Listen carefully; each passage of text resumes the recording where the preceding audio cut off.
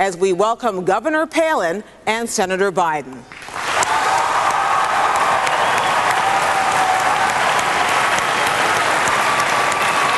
Nice to meet you. Hey, can I call you Joe? Okay, good. Thanks. Thank you. Thank you, Gwen. Thank you. Thank you. Thank you.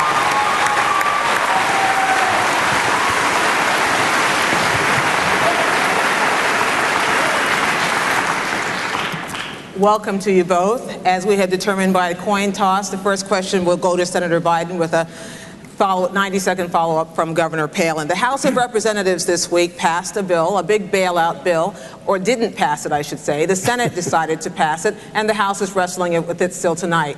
As America watches these things happen on Capitol Hill, Senator Biden, was this the worst of Washington or the best of Washington that we saw play out? Well, let me begin by thanking you, Gwen, for hosting this. And Governor, it's a pleasure to meet you, and it's a pleasure to be with you. I think it's neither the best or worst of Washington, but it's evidence of the fact that the economic policies of the last 8 years have been the worst economic policies we've ever had. As a consequence, you're seeing what's happened on Wall Street. If you needed any more proof positive of how bad the economic theories have been, this excessive deregulation, the failure to oversee what was going on, letting Wall Street run wild, I don't think you needed any more evidence than what you've seen now. So the Congress has been put, Democrats and Republicans have been put in a very difficult spot. But Barack Obama laid out 4 basic criteria for any kind of rescue plan here. He first of all said there has to be oversight. We're not going to write any check to anybody unless there's oversight of the Secretary of Treasury.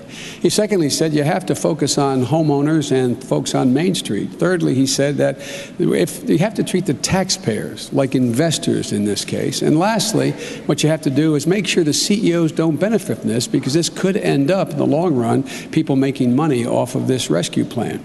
And so as a consequence of that, it brings us back to maybe the fundamental disagreement between Governor Palin and me and Senator McCain and Barack Obama. And that is that we're going to fundamentally change the focus of the economic policy. We're going to focus on the middle class, because it's when the middle class is growing, the economy grows and everybody does well, not just focus on the wealthy in corporate America. Thank you, Senator. Governor Palin? Thank you, Gwen, and I think the Commission also, I appreciate this privilege of being able to be here and speak with Americans.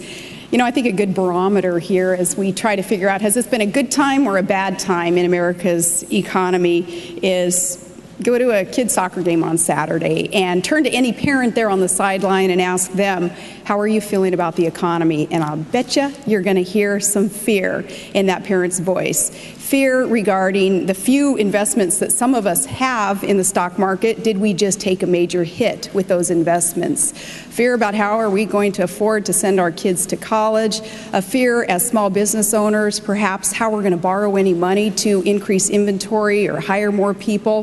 The barometer there, I think, is going to be resounding, that our economy is hurting and the federal government has not provided the sound oversight that we need and that we deserve, and we need reform to that end. Now, John McCain, thankfully, has been one representing reform. 2 years ago, remember, it was John McCain who pushed so hard with the Fannie Mae and Freddie Mac reform measures. He sounded that warning bell. People in the Senate with him, his colleagues, didn't want to listen to him and wouldn't go towards that reform that was needed then.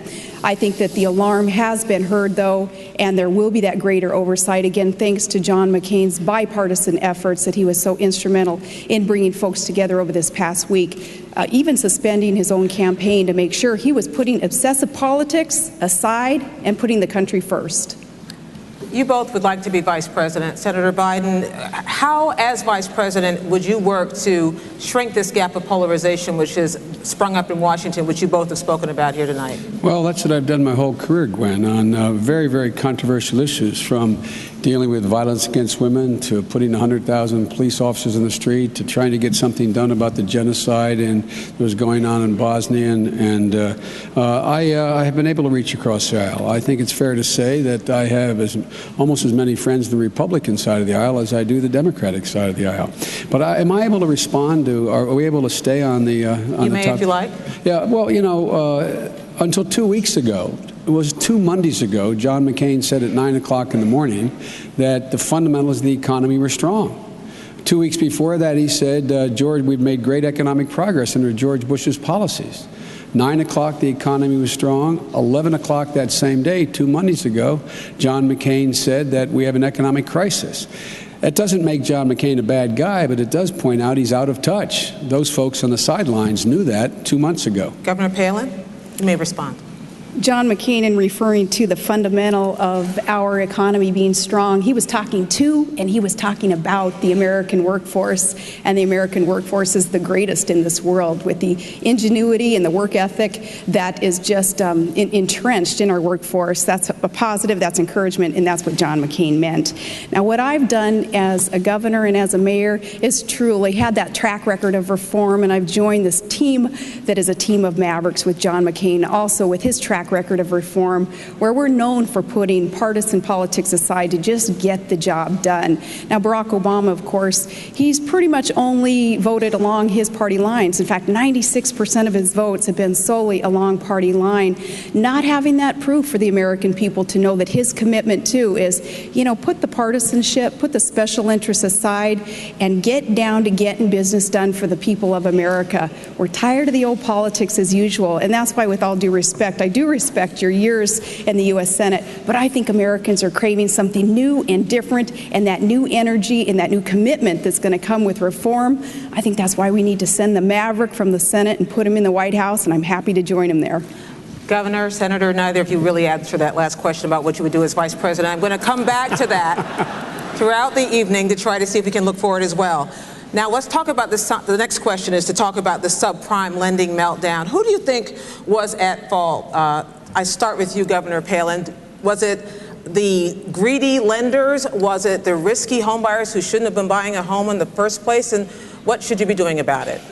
Darn right, it was the predator lenders who tried to talk Americans into thinking that it was smart to buy a $300,000 house if we could only afford a $100,000 house. There was deception there, and there was greed, and there is corruption on Wall Street, and we need to stop that. Again, John McCain and I, that commitment that we have made, and we're going to follow through on that, getting rid of that corruption. One thing that Americans do at this time also, though, is let's commit ourselves, just everyday American people, Joe Sixpack, hockey moms across the nation. I think we need to band together and say, never again. Never will we be exploited and taken advantage of again by those who are managing our money and loaning us these dollars. We need to make sure that we demand from the federal government strict oversight of those entities in charge of our investments and our savings. And we need also to not get ourselves in debt. Let's do what our parents told us before we probably even got that first credit card. Don't live outside of our means. We need to make sure that as individuals, we're taking personal responsibility through all this. It's not the American people's fault that the economy is hurting like it is, but we have an opportunity to learn a heck of a lot of good lessons through this and say, never again will we be taken advantage of. Senator. Well, Gwen,